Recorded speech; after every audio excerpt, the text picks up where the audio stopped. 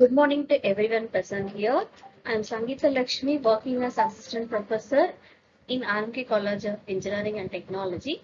Today we are going to start the session 4 of Unit 2, MOSFET Amplifier. Today we are going to see the small signal hybrid pi equivalent circuit of MOSFET. In that we are going to see what are all the small signal parameters are present in it.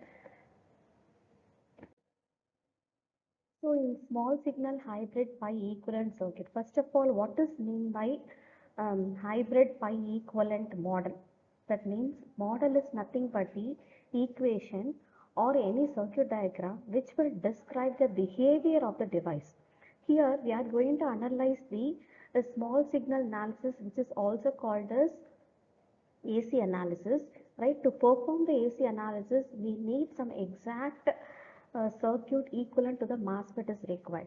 Okay, so that circuit will describe the exact behavior of the MOSFET. So wherever we are seeing the symbol of MOSFET, that we have to replace by the equivalent circuit. See here, this is your NMOS transistor. You know that for the MOSFET, we have three terminals. One is, this is gate terminal, right? This is a drain terminal. Here we have source terminal. So this is nothing but the NMOS transistor. NMOS means the majority is electrons. The current conduction is depends only on the electrons. So the equivalent here is, see here in between gate and source we have the voltage source VGS. VGS means what? The voltage between gate as well as the drain. That is VGS. Right? It is open circuited. Open circuited means the resistance is infinite. I already told you in the previous classes, the important or good that is a characteristic of MOSFET is the input resistance is high. That is infinite. Ideally, it should be infinite. That is the biggest um, quality of the MOSFET. Okay, that's why the MOSFET we are using for the voltage amplification. Okay, so the in between gate and source, that is called as input side, right? In between drain and source, it is called as output side. So input side we don't have any resistance, it is open circuit. Open circuit means resistance is infinite. Okay, similarly in between drain as well as source, drain and source, we have two parameters. That is, one is current source, this is the output resistance R0. Okay, so what is this GM into VGS means? This is nothing but the current source. Always we know that current equal to what? V by R, right? That is current. So 1 by R is nothing but the what? 1 by R is nothing but the conductance, right? So 1 by R is nothing but G into V. So this is G into V is nothing but the current source. So the current direction also towards what? From drain to source, right? From see here the symbol, in the symbol we have the direction outward here, that will describe this is NMOS transistor. This symbol direction is outward, right? Always the direction is indicated in the source side. Whereas in BJT, you know that the direction is indicated in the emitter terminal, right? So the current ID is coming from the drain terminal, and the current at the gate is always 0 for the MOSFET. Okay, so both the current are added together, that will be flowing through the source side. So I is equal to ID plus Ig. You know that Ig equal to 0 because why Ig current is 0? Because input resistance is infinite. The resistance is infinite means definitely the current is 0, right? So Is is approximately equivalent to Id. Clear? Similarly, you can take the next one. This is the PMOS transistor, right? Here also we have same three terminals. It is gate, it is source, and then drain terminal. We have three terminals, right? Always the direction here outward. So the direction indicated in source terminal. Here also the direction indicated in source terminal, right? So the equivalent diagram for this PMOS transistor is here. First of all, you have to see what is the majority of PMOS is. You know that holes. So the current conduction is depends on the holes, not on the electrons. See here, this is the equivalent for the PMOS transistor. Wherever you are seeing the MOSFET symbol, there you have to replace this symbol by this circuit. If it is N mass, you have to replace with this.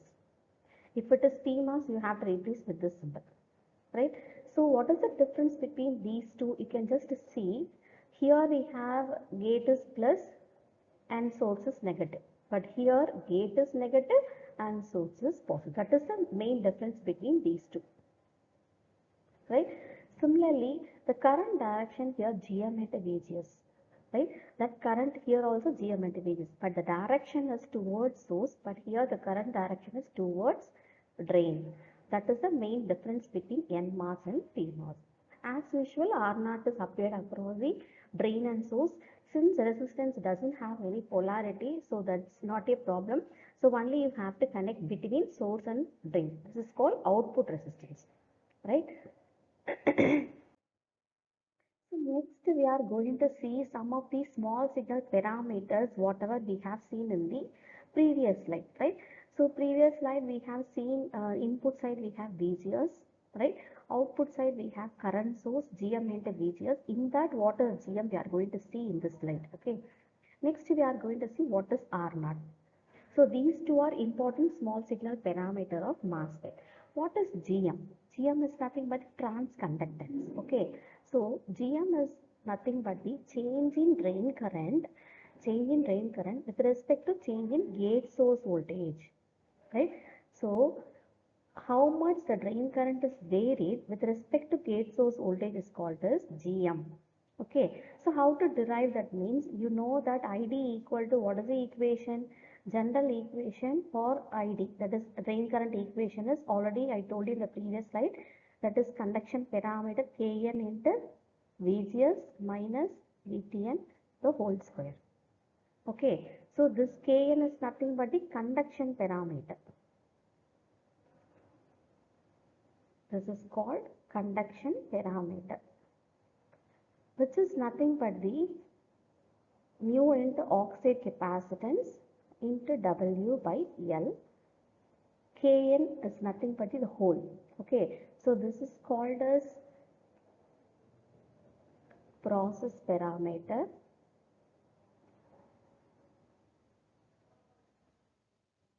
and this is called geometrical parameter, or it is also called as aspect ratio.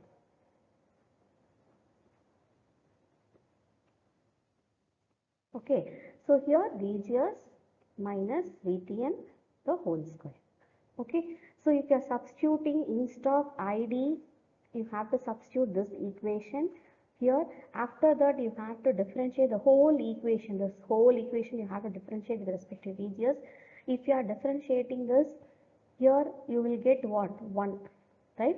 Minus VTN, if you are differentiating with respect to VGS, you will be getting 0. So thereby, you will be getting 2 Kn into VGS minus VTN, right? So after that, see here the GM equal to what?